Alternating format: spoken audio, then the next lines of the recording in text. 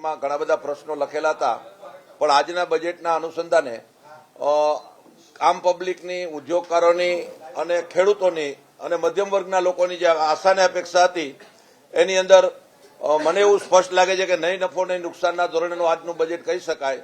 ખાસ કરીને જે ઇન્કમ ટેક્સના સ્લેબની અંદર જે ફેરફારની વાત હતી, કદાચ એ રેશિયો ઘટાડે એવી પણ વાત હતી, એ સ્લેબ રેશિયો યથાવત રાખ્યો છે અને સ્ટાર્ટઅપમાં જે 1 વર્ષનું એક્સટેન્શન આપ્યું છે એ સ્ટાર્ટઅપને બૂસ્ટ આપવા માટેની વાત છે. નિર્મલા સીતારામનજીનું આ ઇન્ટ્રીમ બજેટ હોય, આમની અંદર કોઈ જાતના વધારાના ટેક્સ નથી નાખ્યા, એ ખરેખર સારી બાબત કહી શકાય. જ્યાં સુધી લઘુ ઉદ્યોગોને, નાના ઉદ્યોગોને લાગે વળગે છે ત્યાં સુધી એમાં વધારે ફાયદો કરાવશું એવું એને સ્પષ્ટ કીધું છે. પણ કેટલો ફાયદો કોને કયા ઉદ્યોગકારોને થશે એ અત્યારે આનું એનાલિસિસથી એકાદ વીકમાં ખ્યાલ આવશે. ખાસ કરીને તો જુલાઈની અંદર જે પૂર્ણ બજેટ આવશે ત્યારે મને એવું અત્યારના બજેટ ઉપરથી સ્પષ્ટ લાગે છે કે ત્યારે એ બજેટ સંપૂર્ણ અને વિકસિત બજેટ હશે અને ડેવલપમેન્ટ લક્ષી બજેટ હશે. ઇન્ટ્રીમ બજેટની અંદર કોઈ જાતના નવા કરવેરા નાખ્યા નથી અને મોસ્ટ ઓફ જે સ્લેબ છે એ યથાવત રાખ્યા છે અને ભારત દેશના વિકાસની જે અત્યારે જે હરણગાથાની જે પરિપસ્થા છે એને અત્યારે દર્શાવી હોય એવું સ્પષ્ટ જણાઈ રહ્યું છે.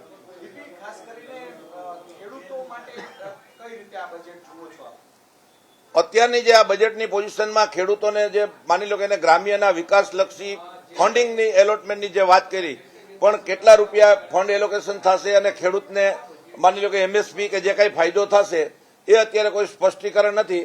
એટલે ખેડૂતોને એમએસપીમાં જે વધારોની જરૂરિયાત હતી એ કદાચ આમાં દર્શાવી શક્યા નથી. એટલે ખેડૂત માટેની અત્યારે સ્પષ્ટીકરણ આપણે કરી શકીએ એવું નથી. 2-4 દિવસમાં એનાલિસિસ પછી સ્પષ્ટતાથી ખ્યાલ આવી શકે.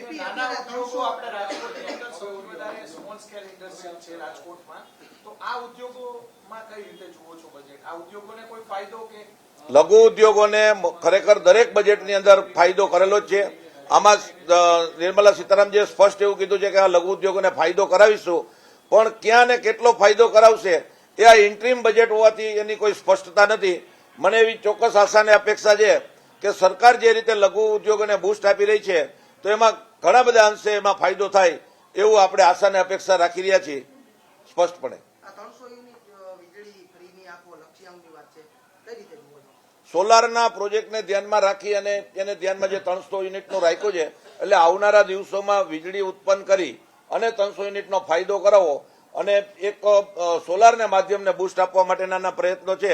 સાથોસાથ આમ પબ્લિકને પણ ફાયદો થાય એવું એનું હિતકારી પગલું ગણી શકાય.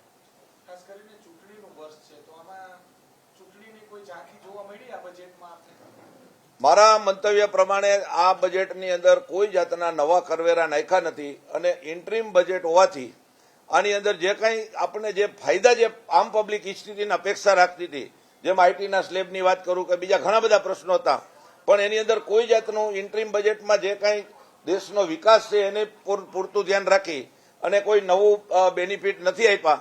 પણ આવનારો જુલાઈનું પૂર્ણ બજેટમાં 100% એ આશા અને અપેક્ષા સંતોષ હશે એવું સ્પષ્ટ લાગી રહ્યું છે.